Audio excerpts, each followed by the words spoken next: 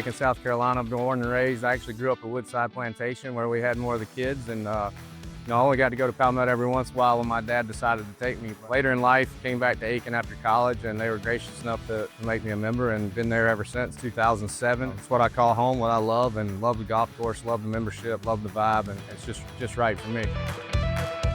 I would consider myself kind of like the developer, so I kind of helped with everything from, the membership to designing the course a little bit, and is still involved in some of the day-to-day stuff. So it was a big passion project for me, obviously. So it's been fun to watch it kind of get to the point where it's at now.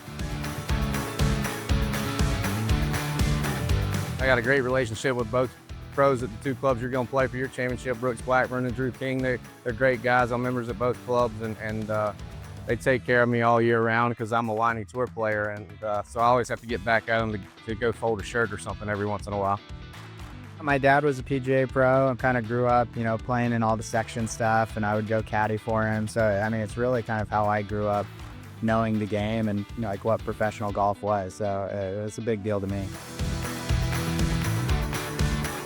Well, it's obviously a historical golf course. It has stood the test of time, and you can still get around there and not shoot low numbers. It still holds up.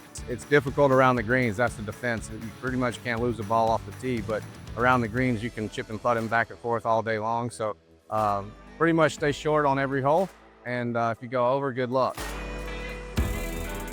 I think it'll be pretty interesting. I think we've maybe had a couple of small little events out there, but this will be kind of the first one with a ton of really good players.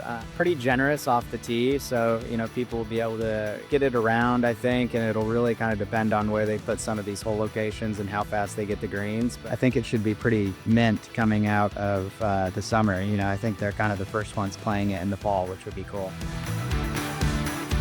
Oh man, there's so many. I love the 7th hole. I think it's iconic par 3 that you can stretch all the way back to 180 yards. But there's just a good mix. What I tell people all the time, the reason I love it is you get every club in the bag dirty, even though it's only 6,800 yards from tournament tees. So I think that shows you what type of golf course it is.